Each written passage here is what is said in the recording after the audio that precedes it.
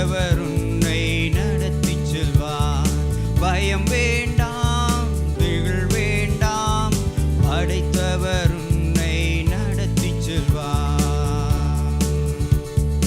அதிசய கல்வாரி சிலுவையிலே அனைத்தையும் செய்து முடித்து விட்டார். அதிசய கல்வாரி சிலுவையிலே அனைத்தையும் செய்து முடித்து விட்டார்.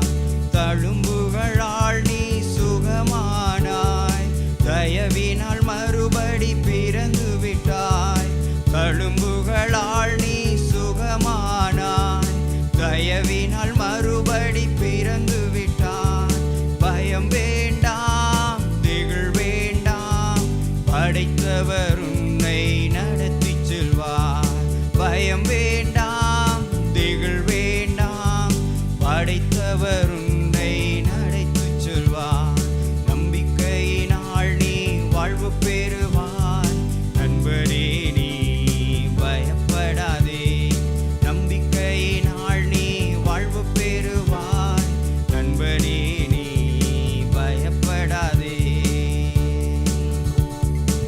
ஆடையை தொட்டால் நலம் பெறுவேன் என்று அறிக்கை செய்து சுகமடைந்தார். ஆடையை தொட்டால் நலம் பெறுவேன் என்று அறிக்கை செய்து சுகமடைந்தாள். ஒரு துளி சந்தேகம் இல்லாமலே ஓடிவா இயேசு என்று சுகம் தருவார். ஒரு துளி சந்தேகம் இல்லாமலே ஓடிவா இயேசு என்று சுகம் தருவார். பயம் வேண்டாம், திகில் வேண்டாம், படைத்தவர் உன்னை நடத்தி செல்வார். பயம் வேண்டாம், திகில் வேண்டாம், படைத்தவர் உன்னை நடத்தி செல்வார். நம்பிக்கையினால் நீ வாழ்வு பெறுவாய். நண்பரே நீ பயப்படாதே, நம்பிக்கையினால் நீ வாழ்வு பெறுவாய். நண்பனே நீ பயப்படாதே. ஆபிரகாம் சாராள் குழந்தை பெற ஆற்றல் பெற்றது நம்பிக்கையினால். ஆபிரகாம் சாராள் குழந்தை பெற ஆற்றல் பெற்றது நம்பிக்கையினால். வாக்குத்தத்தம் செய்தவர் நம்பத்தக்கவர், ஏக்கமெல்லாம் எப்படியும் நிறைவேற்றுவார். உன் வாக்குத்தத்தம் செய்தவர் நம்பத்தக்கவர், ஏக்கமெல்லாம் எப்படியும் நிறைவேற்றுவார். பயம் வேண்டாம், திகில் வேண்டாம், படைத்தவர் உன்னை நடத்தி செல்வார். பயம் வேண்டாம், திகில் வேண்டாம், படைத்தவர் உன்னை நடத்தி செல்வார். நம்பிக்கையினால் நீ வாழ்வு பெறுவாய்.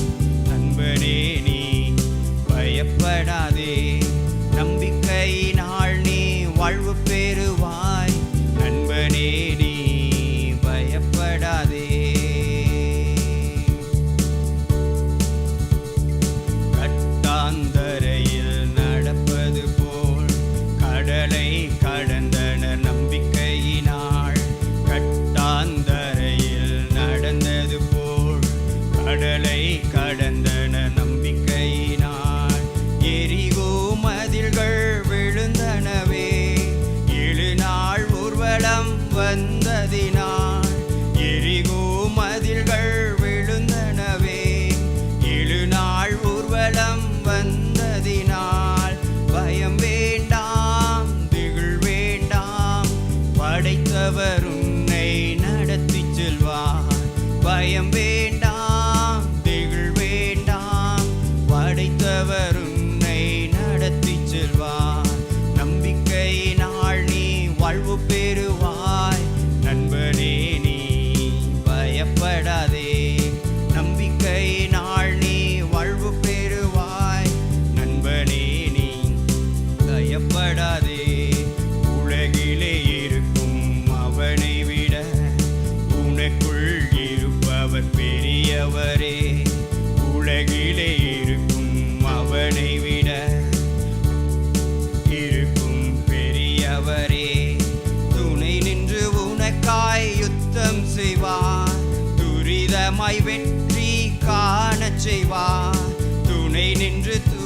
துரிதமாய் வித்தம் செய்வார், துரிதமாய் வெற்றி காணச் செய்வார்.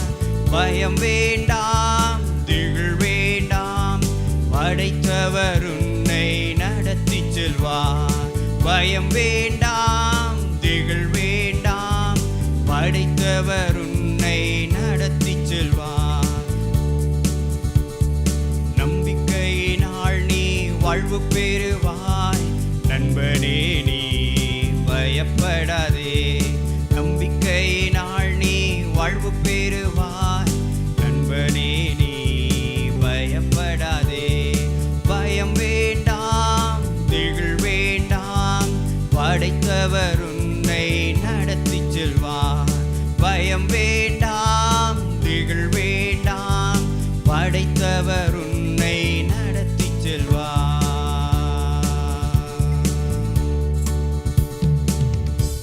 ஹல்லேலூயா. இந்த காலை வேளையில் எங்களோடு இணைந்து எங்களை வாக்குத்தத்தங்களோடு கூடிய வார்த்தைகளோடு எங்களை பார்த்து கொண்டிருக்கிற எல்லாரையும் இயேசுவின் நாமத்தினால வாழ்த்துகிறோம், வரவேற்கிறோம். ஹல்லேலூயா. இந்த காலையில் வேளையில் கூட ஆண்டவர் எனக்கு ஒரு வார்த்தையை கொடுத்தார். அந்த வார்த்தையை உங்களோடு பகிர்ந்து கொள்ளும்படியாய். இந்த வார்த்தை அநேகருக்கு வாழ்க்கையில் தேவைப்படுகிற காரியமாக இருக்குது. இதனால் பல காரியங்களில் தடைப்பட்டு அவருடைய வாக்குத்தத்தம் நம்முடைய வாழ்க்கையில் வேலை செய்கிறதுக்கு நம்ம இடம் கொடுக்க முடியாமல் இருக்குது. பிசாசானவன் இந்த காரியங்களை கொண்டு அநேக இடத்துல நம்மளை வெற்றி பெற முடியாமல் தடுத்துக்கிட்டு இருக்கிறான். அப்படிப்பட்ட வார்த்தைக்கு எதிரான வார்த்தையை தேவன் வாக்குத்தத்தம் மூலம் நம்மளுக்கு அநேக இடங்களில் வேதத்தில் கொடுத்துருக்கிறாரு. அந்த வார்த்தையை நம்ம இன்றைக்கி நாம் பார்ப்போம். எனக்கு ஆண்டவர் கொடுத்த வார்த்தை தைரியம் அப்படின்னு ஒரு வார்த்தை இன்றைக்கி ஆவியானவர் என்னுடைய ஆவியில் பேசினார். தைரியம் அப்படின்னு நம்ம சொல்லும் போது அதற்கு எதிர்மறையான காரியம் பயம் அப்படிங்கிற காரியத்தில் வந்து நிற்கிது. அப்போ இன்றைக்கி அநேகர் பயத்தினால் பல காரியங்களை நம்மளால் செய்ய முடியாமல் போகுது. நான் பயம்னு சொல்ல வருகிற காரியம் எதையோ பார்த்து பயப்படுறது கிடையாது. இப்போது ஒரு பெரிய கொடூரமான விலங்கை பார்க்குறோம், இல்லை ஒரு பாம்பையே பார்க்குறோன்னா அதை பார்த்து நான் பயந்து ஓடுறது கிடையாது. அதை பிடிக்கும் போது வருகிற பயத்தை நான் பேசுகிறேன். அப்போ பயத்தை குறித்து நான் எதை பேசுகிறேன்னா, நம்ம பார்க்குற பயத்தை கிடையாது, நம்ம செய்ய நினைக்கிற காரியங்களை செய்ய முடியாமல் நம்மளுடைய இருதயம் பயந்து அதை விட்டு விலகுது. அதனால் பல காரியங்களில் நம்ம முன்னேற்றம் அடையாமல் இருக்கிறோம். பயம் எதுலெல்லாம் இருக்குன்னா, முன்னேற்றத்திற்கு தடையான பயம் அநேகமாக இருக்குது.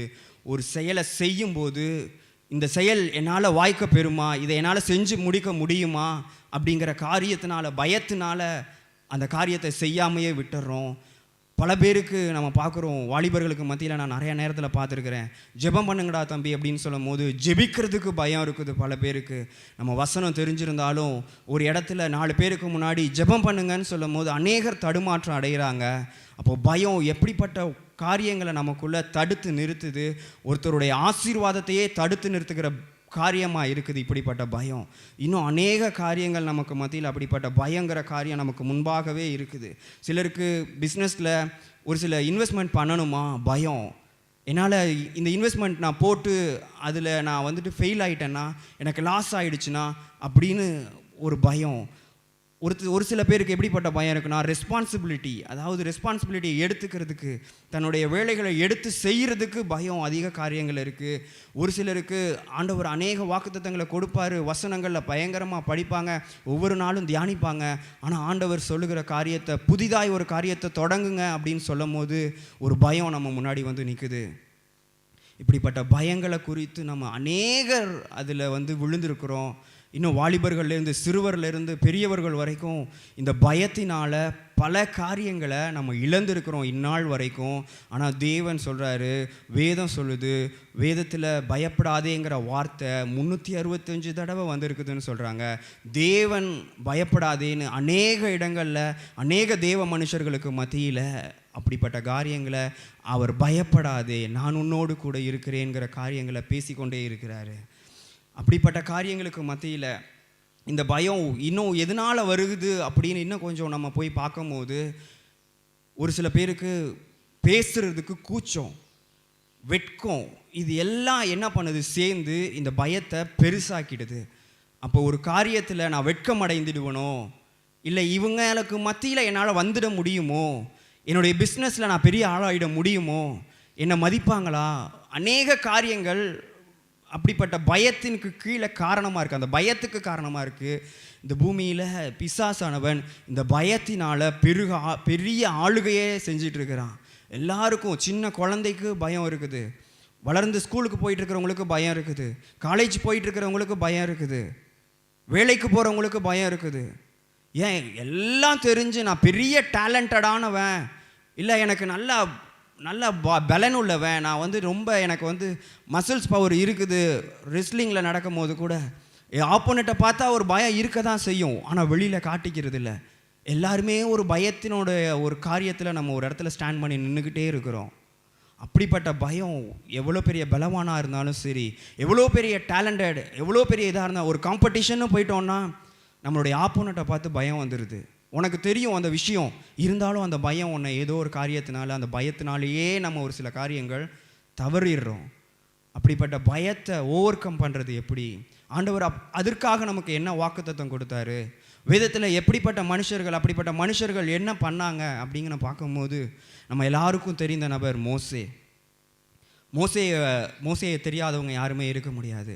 ஏன்னா இஸ்ரவேல் ஜனங்களை அடிமைத்தனத்திலிருந்து இஸ்ரவேல் ஜனங்களை பாலும் தேனும் ஓடுகிற கானான் தேசத்துக்கு வழிநடத்திட்டு போனவர் மோசே.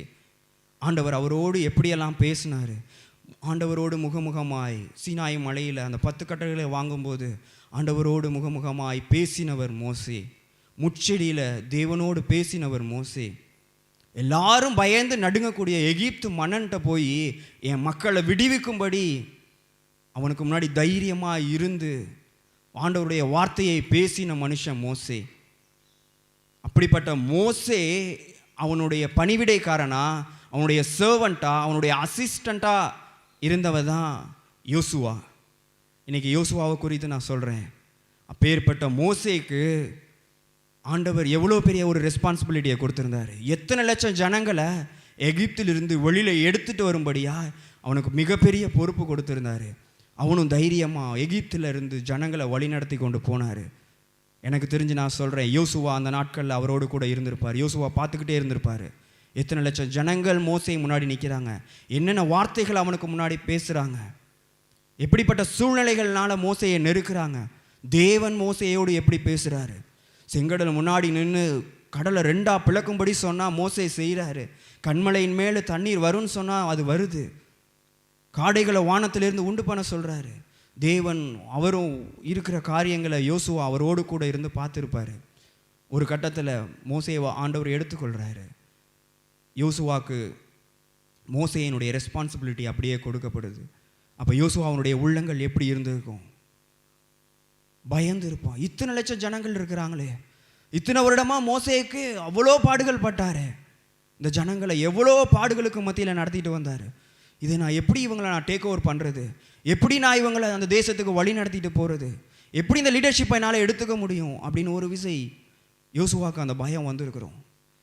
அதுதான் உபாகமம் 31:8-7 சொல்கிறாங்க.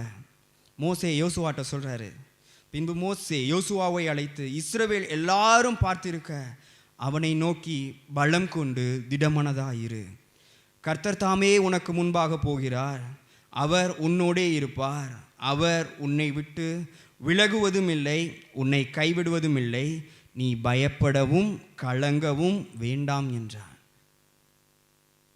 இன்னைக்கு அப்படிப்பட்ட ரெஸ்பான்சிபிலிட்டியில் இந்த பயத்தை ஓவர் கம் பண்ணுறதுக்கு அன்னைக்கு யோசுவாவோட அவனுக்கு லீடராக இருந்த ஆவிக்குரிய தகப்பனாக இருந்த மோசே தேவனுடைய வார்த்தைகளை யோசுவாக்கு சொன்னார். பயப்படாத, கலங்காத, உனக்கு முன்பாக கர்த்தர் இருக்கிறார். இப்படிப்பட்ட வார்த்தைகளும் வாக்குத்தத்தங்களும் யோசுவாவை பலம் கொள்ள வச்சிச்சு, அவனை திடமனதாக ஆக்கிருச்சு. இன்னும் அதிகமாக யோசுவாவின் புத்தகத்தில் 1ஆவது அதிகாரம் 9வது வசனத்தை வாசிக்கிறோம். கர்த்தர் சொல்கிறாரு, நான் உனக்கு கட்டளையிடவில்லையா? திடமனதாயிரு, திகையாதே, கலங்காதே, நீ போகும் இடமெல்லாம் உன் தேவனாகிய கர்த்தர் உன்னோடு இருப்பார். அப்போது ஆண்டவர் யோசுவாட்ட சொல்கிறாரு, கமாண்ட் பண்ணுறாரு, நீ பயப்படாத. இன்னைக்கு தேவன் உங்களை மத்தியிலும் இதை பார்த்து கொண்டு இருக்கிற ஒவ்வொருத்தருக்கும், இதை பார்க்க போகிற ஒவ்வொருத்தருக்கும் ஆண்டவர் கமாண்ட் பண்ணி சொல்கிறாரு, கலங்காத, திகையாத, பயப்படாத, நான் உன்னோடு கூட இருக்கிறேன். யோசுவா அன்னைக்கு இந்த வார்த்தையை பிடிச்சுக்கிட்டான். அநேக காரியங்களுக்கு முன்னாடி வந்தாலும், எவ்வளோ பெரிய பொறுப்பு உங்களுக்கு மத்தியில் இருந்தாலும், எவ்வளோ பெரிய சூழ்நிலை உங்களுக்கு மத்தியில் இருந்தாலும், அதை கண்டு ஒரு நாளும் பயப்படாதீங்க. ஆண்டவர் உங்களுக்கு கட்டளையிட்டு சொல்லுகிற வாக்குத்தத்தமாக இருக்குது இது.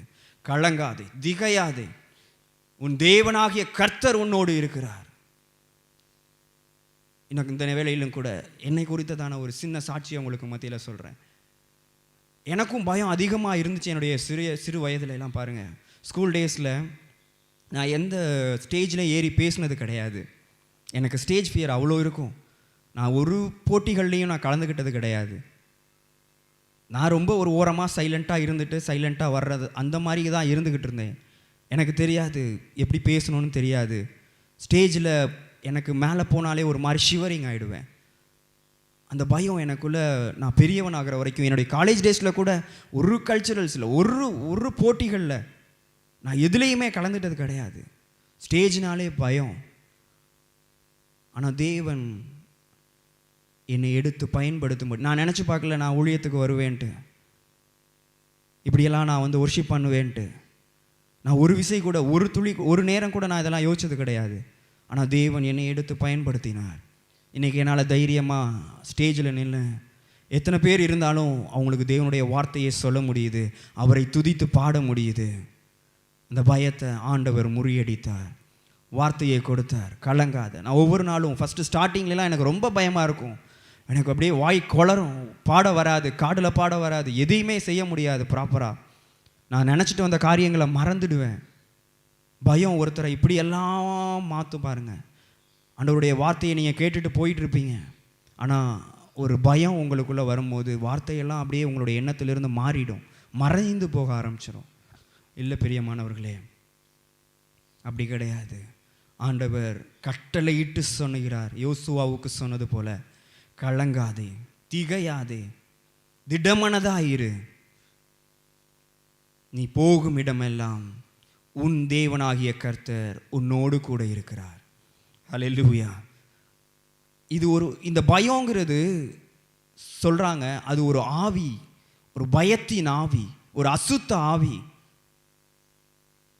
இந்த பயத்தின் ஆவியை நம்ம பெற்றுக்கொள்ளுங்கிறது ஆண்டவருடைய விருப்பமே கிடையாது. வேதம் 2 தீமோத்தேயு 1:7 சொல்லுது, தேவன் நமக்கு பயமுள்ள ஆவியை கொடாமல் பலமும் அன்பும் தெளிந்த புத்தியும் உள்ள ஆவியை கொடுத்திருக்கிறார். நம்ம பயத்தின் ஆவியை பெற்றவர்கள் இல்லை.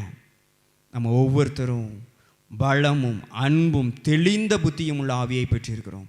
இந்த காலை வேளையில் கூட நீங்கள் உங்களுடைய காரியங்களை, உங்களுடைய வேலைகளை, அன்றாட வேலைகளை செய்கிறதுக்கோ, இல்லை நீங்கள் ஒரு சில சந்தேகங்களோடு இதை நான் செய்யலாமா, இதை தொடங்கலாமா, இந்த புதிய காரியத்தை குறித்து நான் என்ன பண்ணுறதுன்னு என்னால் முடிவெடுக்க முடியல, இதில் நான் இன்வெஸ்ட் பண்ணலாமா, என்னுடைய பணமெல்லாம் இதில் நான் இன்வெஸ்ட் பண்ண முடியுமா, வாலிபர்கள் நான் என்ன என்னுடைய வாழ்க்கையில் என்னுடைய எந்த வேலைக்கு போகிறதுன்னு தீர்மானிக்க பயமாக இருக்குது, இல்லை வீட்டிலுடைய பொறுப்புகளை நான் எடுக்க பயமாக இருக்குது, இப்படிப்பட்ட அநேக குழப்பங்களுக்கு மத்தியில் இருந்தீங்கன்னா ஆண்டவர் சொல்லுகிறார், கலங்காதே, திகையாதே,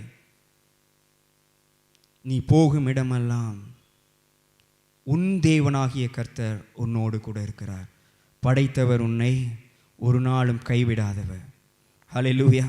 சில பேர் சொல்லுவாங்க, எந்த மாதிரி காரியங்களை சொல்லுவாங்கன்னா, எனக்கு வார்த்தையெல்லாம் தெரியுதுங்க, வார்த்தை இருக்குது, நான் வார்த்தையை நான் ட்ரை பண்ணுறேன், ஆனால் அது ஒர்க் ஆக மாட்டேங்குதுங்க அப்படின்னு சொல்லுவாங்க. ஆனால் இன்றைக்கி நான் ஒரு உண்மையை சொல்கிறேன், வார்த்தையை நீங்கள் ட்ரை பண்ணல, வார்த்தை உங்களை ட்ரை பண்ணுது, நீங்கள் ஒர்க் பண்ணாமல் இருக்கிறீங்க. வார்த்தைகளை மாற்றுங்க, எண்ணங்களை மாற்றுங்க. நான் வார்த்தையை ட்ரை பண்ணுறேன், அது எனக்கு ஒர்க் ஆகலை, இல்லை வார்த்தை என்ன ட்ரை பண்ணுது, நான் அதுக்கு ஒர்க் பண்ண மாட்டேங்கிறேன். ஏன் எனக்கு எந்த உயர்வும் வரலைன்னா வார்த்தை என்ன ட்ரை பண்ணிக்கிட்டே தான் இருக்கும். ஏன்னா ஆண்டவர் ஆதியிலிருந்து இன்னைய வரைக்கும் வாக்குத்தத்தத்தை ஒரு நாளும் மாற மாட்டார். அவர் வாக்குரைத்தது ஒரு நாளும் மாறவே மாறாது. அது நம்மளை ஐஸ்வர்யவானா, ஆசீர்வாதம் நிறைந்த மனுஷனா, ஒரு உயர்வுக்கு நேராக நடத்துகிறதா தான் இருக்குது. ஆனால் நம்ம அதுக்கு அதன்படி நடக்கிறோமா, அதுக்கு ஒரு ஸ்டெப் எடுத்து வைக்கிறோமா அப்படின்னு பார்த்தா இல்லை. ஏன்? பயம். பயம். ஒவ்வொரு மனுஷனோடையும் இன்னும் இல்லை, யோசுவா மாத்திரம் இல்லை, ஆபிரகாமை பார்க்குறோம். ஆபிரகாம் லோத்து சிறைப்பட்டு போனதுக்கப்புறம் அவன்கிட்ட இருந்த வேலையாட்களை கொண்டு வந்து அவனை மீட்டெடுத்துட்டு வந்தான். ஆதியாகமம் 14வது அதிகாரத்தில் அந்த காரியங்களை பார்க்குறோம். 15வது அதிகாரம் இது எல்லாத்தையும் முடிச்சுட்டு அந்த ராஜா கேட்குறாரு, நீ என்னுடைய ஜனங்களை மட்டும் விட்டுட்டு போயிடு, பொருளெல்லாம் எடுத்துகிட்டு போய்க்கிறோன்னு சொல்கிற. ஆபிரகாம் அதுவும் இல்லை, நான் உன் பொருளை கொண்டு நான் ஐஸ்வர்யான ஆகணுன்ற பேர் எனக்கு வேண்டான்னு சொல்லி எல்லாத்தையும் விட்டுட்டு போயிடுறாரு. எல்லாமே சக்ஸஸ்ஃபுல் தான், எல்லாமே ஆபிரகாமுக்கு அந்த நேரத்தில் சக்ஸஸ்ஃபுல் தான். லோத்தை மீட்டு கொண்டு வந்தாச்சு, அதை ஜெயம் பெற்றாச்சு, எல்லா காரியங்களும் முடிஞ்சிருச்சு. ஆனால் 15வது அதிகாரம் 1வது வசனம் சொல்லுது, இந்த காரியங்கள் நடந்த பின்பு கர்த்தருடைய வார்த்தை ஆபிரகாமுக்கு தரிசனத்திலே உண்டாகி, அவர், ஆபிராமே நீ பயப்படாதே, நான் உனக்கு கேடகமும் உனக்கு மகா பெரிய பலனுமாய் இருக்கிறேன் என்றார். ஏன்? அதுதான் சக்ஸஸ் வந்துருச்சே, அதுலேருந்து தான் மீட்டுட்டு எடுத்து வந்தாச்சு. அப்புறம் 15வது அதிகாரம் 1வது வசனத்தில் ஏன் இந்த வசனத்தை ஆண்டவரே கொடுத்துருக்குறீங்க? ஏன் ஆபிரகாமுக்கு தரிசனமாகி வெற்றி கிடைத்த பிறகும் நீங்கள் இப்படிப்பட்ட காரியங்களில் திடமனதாயிரு, பயப்படாதேன்னு ஏன் ஆபிரகாமை பார்த்து சொன்னீங்க ஆண்டவரே? நான் ஒருவேளை யோசிக்கிறேன், ஆபிரகாம் வந்துட்டு ஜெயிச்சுட்டு வந்துட்டான், மறுபடியும் அவனுக்கு கிடைச்ச அந்த வெற்றியினால் அவனுக்குள்ள இன்னும் பயம் அதிகமாகிடுக்குமோ என்னமோ, இதனால என்னுடைய விளைவுகள் எப்படி இருக்கும், மேபி பயந்துருக்கலாம் அவன். அது ஆண்டவர் உணர்ந்திருப்பார். ஒரு ராஜாவே தோக்கடிச்சிட்டு வந்துட்டேன், அவன் மறுபடியும் என் மேலே போர் செய்ய வரமாட்டானா? இல்லை 4-5 தேசங்களை சேர்த்துக்கிட்டு, ஏன்னா ஆபிரகாம் அப்படி அவன்கிட்ட வந்துட்டு சொல்லிட்டு வந்துட்டார். ஜெயிச்சுட்டு மற்ற அரசர்கள் மாதிரி எல்லாத்தையும் சூறையாடிட்டு வரல, எல்லாத்தையும் நீயே வச்சுக்கோணும். இது ஒரு ராஜாவுக்கு மிகப்பெரிய அசிங்கம் பாருங்க. அப்போது அவனுக்குள்ள ஒரு பழிவான்கிற உணர்வு இருந்திருக்குமோ அந்த ராஜாவுக்கு, மறுபடியும் நம்மளை வந்து எதுவும் பண்ணிடுவானோ அப்படிங்கிற பயம் இருந்திருக்கலாம். நான் யோசிக்கிறேன் அப்படி. அதனால தான் அடுத்த அதிகாரத்தில் முதல் வசனத்திலேயே ஆபிரகாம்கிட்ட பேசிட்டாரு, பயப்படாத, பயப்படாத, நான் உனக்கு கேடகமும் மகா பெரிய பலனுமாய் இருக்கிறேன். ஆபிரகாமோட பயத்தை நீக்கும்படியாய் தேவன், அதனால வரக்கூடிய விளைவுகளினால நீ பயப்படாத, அந்த கான்சிக்வன்ஸ் உன்னை வந்து ஒன்றும் பண்ணிடாது. வெற்றி உன்னை ஜெயிக்க வைக்கும் போது நான் இருந்தேன்னா அதனால் வரக்கூடிய கான்சிக்வன்ஸ் விளைவுகளை கையாளவும் நான் உன் கூடயே தான் இருக்கிறேன். அதனால் நம்ம எடுக்கிற முடிவுகள் ஒரு ஸ்டெப்பு எடுத்து வச்சுட்டோம், அதுக்கப்புறம் வரக்கூடிய காரியங்களை பார்த்து கூட நம்ம பயப்படக்கூடாதுங்கிற விஷயத்தை தான் நான் இன்றைக்கி உங்கள்கிட்ட சொல்ல வர்றேன். ஆண்டவர் கொடுத்த தைரியத்தில், அவர் கொடுத்த வாக்குத்தத்தத்தை நம்பி நான் பெரிய இன்வெஸ்ட்மெண்ட்டை கொடுத்துட்டேன். பட் எல்லாத்தையும் பார்க்கும்போது, புயலை பார்க்கும்போது, கடலுக்கு மத்தியில் நின்று சுற்றி பார்க்கும்போது, மறுபடியும் அந்த கான்சிக்வன்ஸ், நான் இதனால் வரக்கூடிய விளைவுகளை குறித்து எனக்குள்ள ஒரு பயம் வரலாம். தேவன் ஆபிரகாம் மூலமாக அதையும் உங்களுக்கு சொல்கிறாரு, நீ பயப்படாத, நான் உனக்கு கேடகமும் மகா பெரிய பலனுமாய் இருக்கிறேன். இந்த காலை வேளையில் பிரியமானவர்களே, இப்படிப்பட்ட வாக்குத்தத்த வார்த்தைகளோடு உங்களோடு தேவன் பேசுகிறவராக இருக்கிறார். நீங்களும் எழுந்து யோசுவாவை போல, ஒரு ஆபிரகாமை போல ஆண்டவர் கொடுத்த இப்படிப்பட்ட காரியங்களின் விசுவாசத்தின் பலத்தினால ஒவ்வொரு காரியங்களையும் தொடங்குங்க. இந்த நாள் உங்களுக்கு ஆண்டவர் ஆசீர்வதித்து கொடுக்கிறார். உங்களுடைய பயங்கள் எல்லாம் நீங்கி போகட்டும். உங்களுடைய வாழ்க்கையில் நீங்கள் எடுக்கிற ஒவ்வொரு ஸ்டெப்லையும் தேவன் உங்களோடு கூட இருக்கிறார். எல்லாரும் ஒரு விசை கண்களை மூடி ஜெபிப்போம். எங்களை நேசிக்கிற நல்ல ஆண்டவரே, இந்த காலை வேலைக்காய் நன்றி செலுத்துகிறோம் தகப்பனே. ஆண்டவரே, இன்றைக்கி நாங்கள் பார்த்த காரியங்கள் ஆண்டவரே, இதை கேட்டுக்கொண்டிருக்கிற ஒவ்வொருத்தருக்கும் அப்படிப்பட்ட பயங்கள் இருந்துச்சுன்னா இயேசு கிறிஸ்துவின் நாமத்தினால நீ சொன்ன யோசுவாவுக்கு சொல்லியிருந்த கட்டளையிட்ட கலங்காதே, திடமனதாயிரு, திகையாதே, நீ போகும் இடமெல்லாம் உன் தேவனாகிய கர்த்தர் உன்னோடு கூட இருக்கிறாருங்கிற காரியத்தினால அவங்க திடன் கொண்டு பலன் கொண்டு அவங்களுடைய காரியங்களில் வெற்றி சிறக்க பண்ணுகிற தேவன் அவங்களோடு கூட இருந்து எல்லா காரியங்களையும் வாய்க்க பண்ணுகிறீர் தகப்பனே. 1 நாளாகமம் 28:20 சொல்லி தாவீது சாலமோனுக்கு சொன்ன காரியம் போல, தாவீது தன் குமாரனை சாலமோனை நோக்கி, நீ பலம் கொண்டு தைரியமாக இருந்து இதை நடப்பிப்பி, நீ பயப்படாமலும் கலங்காமலும் இரு, தேவனாகிய கர்த்தர் என்னும் என் தேவன் உன்னோடே இருப்பார். ஆண்டவர் இன்னைக்கு உங்களுக்கு கொடுக்குற ஒரே ஒரு காரணம், ஒரே ஒரு வார்த்தை, நீ பலம் கொண்டு தைரியமாக இருந்து இதை நடப்பி. டவுட்டா, சந்தேகங்களோட இதை செய்யலாமா வேணாமான்னு அநேக சந்தேகங்களோடு இருந்த உங்களுக்கு தேவன் கொடுக்குற வார்த்தை, தைரியமாய் இதை நடப்பி. ஹல்லேலூயா. இப்படிப்பட்ட காரியங்களை நீர் கற்றுக் கொடுத்திருக்கிறீர் ஆண்டவரே, வெற்றி சிறக்க பண்ணுகிறீர். இதை கேட்டுக்கொண்டு இருக்கிற ஒவ்வொருவரும் இயேசு கிறிஸ்துவின் நாமத்தினால ஜெபிக்கிறேன், எங்கள் ஜீவனுள்ள நல்ல பிதாவே, ஆமென். தேவன் உங்களை ஆசீர்வதிப்பார்.